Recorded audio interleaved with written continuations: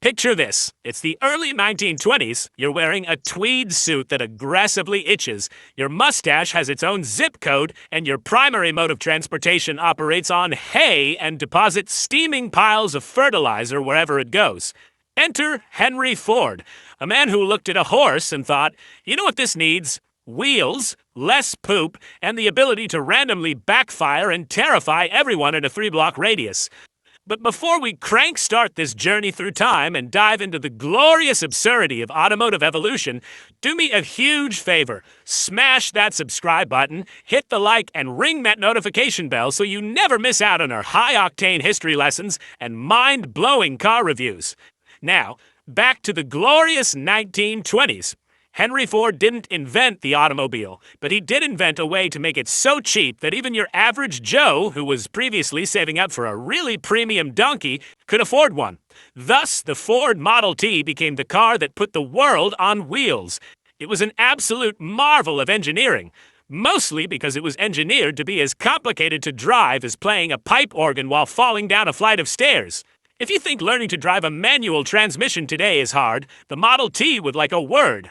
To start the thing, you didn't turn a key. Oh no, you had to walk to the front of the car, grab a metal crank, and spin it like you were trying to churn butter at the speed of light. If you didn't hold the crank exactly right, the engine would backfire, spin the crank the wrong way, and literally break your arm. They actually called it the Ford fracture. Imagine a modern car dealership wanting you, yeah, she gets great mileage, but there's a 30% chance she snaps your wrist before your morning commute. Once you miraculously started the engine without ending up in a cast, you got into the driver's seat. There was no gas pedal. The throttle was a lever on the steering wheel, like you were piloting a very slow, very loud airplane. You had 3 pedals on the floor, but none of them did what you think they do. The left pedal made you go forward, the middle pedal made you go backward, and the right pedal was the brake. It was a planetary gear transmission, which sounds like something out of Star Trek, but in reality it just meant top speed was about 40 miles per hour, assuming you were going downhill with the strong tailwind and had recently skipped breakfast. And let's talk about the aesthetic choices. Henry Ford famously said, any customer can have a car painted any color that he wants, so long as it is black. Why? Because he was a goth at heart? No, it was because black paint dried the fastest on the assembly line, and Henry wanted to crank these things out quicker than a fast food drive-thru. The Model T wasn't luxurious. It was a motorized park bench with a roof. It rattled, it shook, it smelled like oil and ambition, but people absolutely loved it because it meant freedom. You could leave your farm, drive to the city, realize the city was too crowded, and drive back, all in the same week. It was a utilitarian masterpiece, a tin Lizzie that changed the fabric of human geography. But humanity is a restless species. We're never satisfied with simply getting from point A to point B. We want to get from point A to point B while looking like an absolute boss, breaking necks, and vibrating the pavement. Fast forward exactly 100 years, take that utilitarian, crank-started, bone-rattling 1925 Model T, hand it over to a mad scientist with a blank check and an unhealthy obsession with carbon fiber, and you get, well, you get the absolute masterpiece you are looking at today. Let us take a collective moment of silence to appreciate the sheer, unadulterated audacity of this Restomod. If the original Model T was a humble farm boy, this modified version is that same farm boy after winning the lottery, moving to Dubai, and hiring a personal trainer. Starting with the exterior, this is not Henry Ford's fast-drying black paint. This thing is draped in a candy apple red so deep and luscious you almost want to lick it. Though, please don't, it probably costs more than your college education.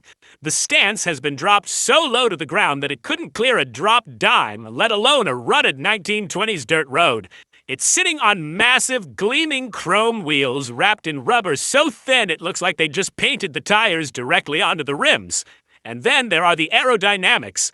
The original Model T had the aerodynamic profile of a brick outhouse. This modern incarnation features a custom carbon fiber front splitter and a rear diffuser.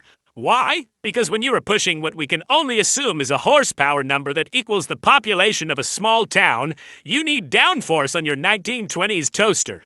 The headlights have been replaced with menacing futuristic LED halos that look like they could vaporize a slow-moving squirrel, and out back, a sleek, continuous LED light bar replaces the single dim bulb that used to faintly suggest the car was stopping.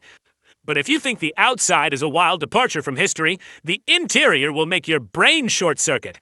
Opening the door of this beast is like stepping out of a time machine and straight into the bridge of a luxury starship. Henry Ford is currently doing backflips in his grave, but like really cool neon-lit backflips. Gone is the wooden bench stuffed with whatever horsehair they had lying around. In its place are bucket seats wrapped in perforated diamond-quilted cream leather that looks softer than a cloud's underbelly, accented with aggressive red piping. The steering wheel isn't a thin wooden hoop. It's a thick, flat-bottomed carbon fiber racing wheel with integrated controls, wrapped in leather with a red center stripe to let you know exactly when you were pointed straight toward the horizon. And the dashboard. Good grief, the dashboard. The original Model T had an ammeter, and if you were fancy, a speedometer. This car has a panoramic digital display that stretches almost door to door.